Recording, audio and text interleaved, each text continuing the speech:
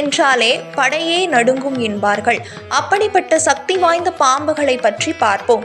இந்தியர்கள் ஏன் நாகப்பாம்புகளை வணங்குகிறார்கள்? கற்பசிகரம், பாம்பு கிரகரம், ராகு, கேது, ஆனந்தன், தட்சன், வாசுகி, கார்கொண்டன், குலிக்கண், சங்கபாலகன், பத்மன் மற்றும் மகாபத்மன் என்று அஷ்ட நாகங்கள் உள்ளது.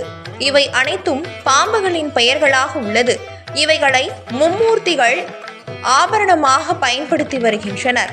5 தலை நாகம், 10 தலை நாகம், 1000 தலை கொண்ட அதிர்ஷ்டன் என்று பல நாகங்கள் மனித வாழ்க்கையில் முக்கியம் இடம் பெற்றுள்ளது. உலகம் இயங்க வேண்டும் என்றால் மனிதன் ஆண் பெண்ணை எப்படியோ அதே போல தர்மம் மற்றும் அதர்மம் தேவைப்படுகிறது. அண்டைய சாசனங்களில் படைத்து காத்தும் அழித்தும் வரும் சிவபெருமான் தேவர்களை உருவாக்கும் அசுரர்களை படைத்தார். மனிதனை படைக்கும் போது விலங்குகளையும் பாம்புகளையும் படைத்தார். உயிர்கள் அனைத்தும் ஒன்றுடன் ஒன்று தொடர்புடையதாக இருக்க வேண்டும், ஒன்று மற்றொன்றை சார்ந்து இருக்க வேண்டும். அப்போதுதான் வாழ்க்கையின் சக்கரம் முழுமை பெறும் என்றும் படைத்தார்.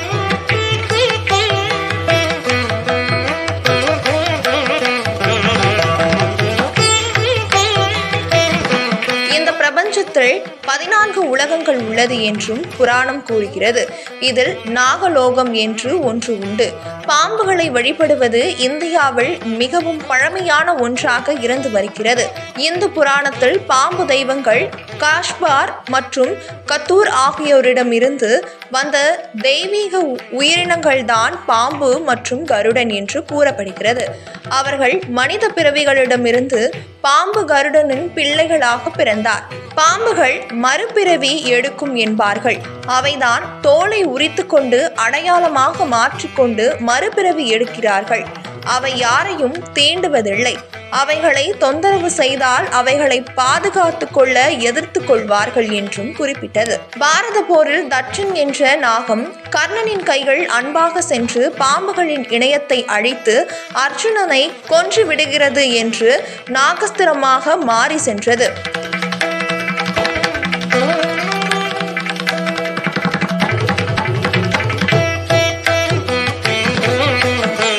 போர் முடிந்து ஜம்மோட்சம் இந்தியாவை ஆண்டு வந்தது.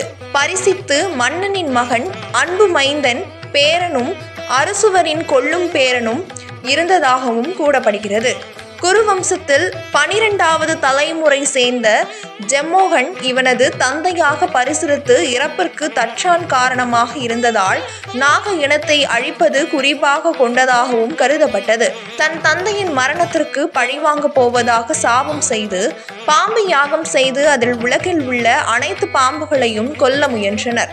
பாம்புகளுடன் தொடர்புடைய பிரம்மாண்ட இளைஞரான அஸ்காவின் தலையீட்டில் காப்பாற்ற நினைத்த முடியவில்லை என்றும் ஜம்மோட்சத்தை நிறுத்தி தர்ஷகனின் உயிரை காப்பாற்றினர். பரிசுத்தின் பெயரும் உலகம் முழுவதும் பரவியது. அவர் ஒரு சிறந்த ராஜா, ஒரு போர் வீரர் மற்றும் விசுவாசமான விஷ்ணு பக்தராக நினைவூற்றினார்.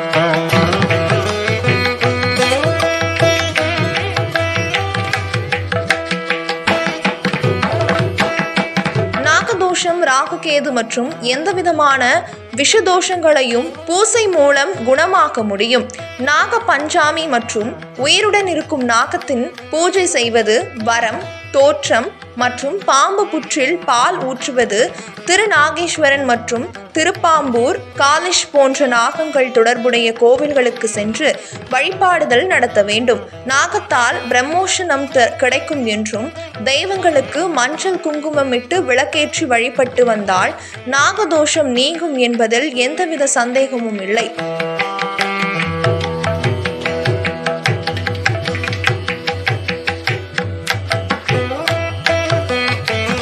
தெய்வமாக இருந்தால் வழிபடுவது முக்கியமான பாம்பு கடியை தடுப்பதற்கும் குணப்படுத்துவதற்கும் சொழிப்பு மற்றும் கருவூற்றுதல், அவள் அழிவு மற்றும் இரண்டையும் குறிக்கிறது. விஷ்ணுவின் வாகனமாக கருடன். அவர்களின் உறவுகள் நித்திய பகை கொண்டவர்.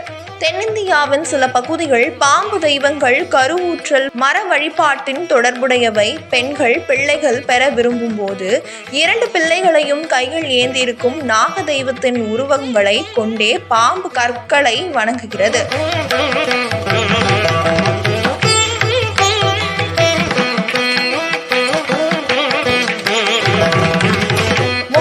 நாக தெய்வங்களில் ஆனந்த பாம்பு உலகின் ராஜா காளியா 5 தலை நாகம் கொண்ட சண்டைக்கு பிறகு கிருஷ்ணனால் அடங்கப்பட்டார். வாசுகி ஒரு மாபெரும் பாம்பு. அழியாமையின் அமிர்தத்திற்கான கடல்களை கலக்கும் பணியில் கடவுள்கள் மற்றும் அசுரர்கள் இருவரையும் உதவிக்கு ஒரு பெரிய பாம்பு உதவியதாகவும் கூறப்படுகிறது. இன்று கூட நாக தெய்வங்கள் இந்து மதத்தின் ஒரு முக்கிய அம்சமாக உள்ளது. வடக்கு மற்றும் தென்னிந்தியாவின் கிராமப்புறங்களில் உள்ள பக்தி உள்ள ஆண்கள் பெண்கள் பால் மற்றும் பூக்கள் அவற்றின் வணங்குவது முக்கியத்துவமாகிறது. அவர்களின் உதவி மற்றும் அருளையும் பெறுகின்றனர்.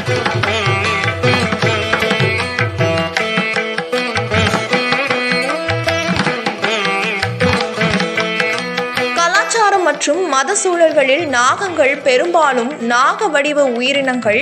இந்து மற்றும் யுத்த தெய்வங்களில் முக்கியத்துவம் வாய்ந்தது. நாகங்கள் பெரும்பாலும் உண்மையான பாம்புகள் ஆவது விலங்கு இரைச்சத்தின் உணர்வாகும். பெரிய வடிவம் மாறும் அல்லது பல தலைகள் கொண்ட மற்றும் ஆர்வத்துடன் பால்களுக்காக நாகம் என்றும் கூறப்படுகிறது.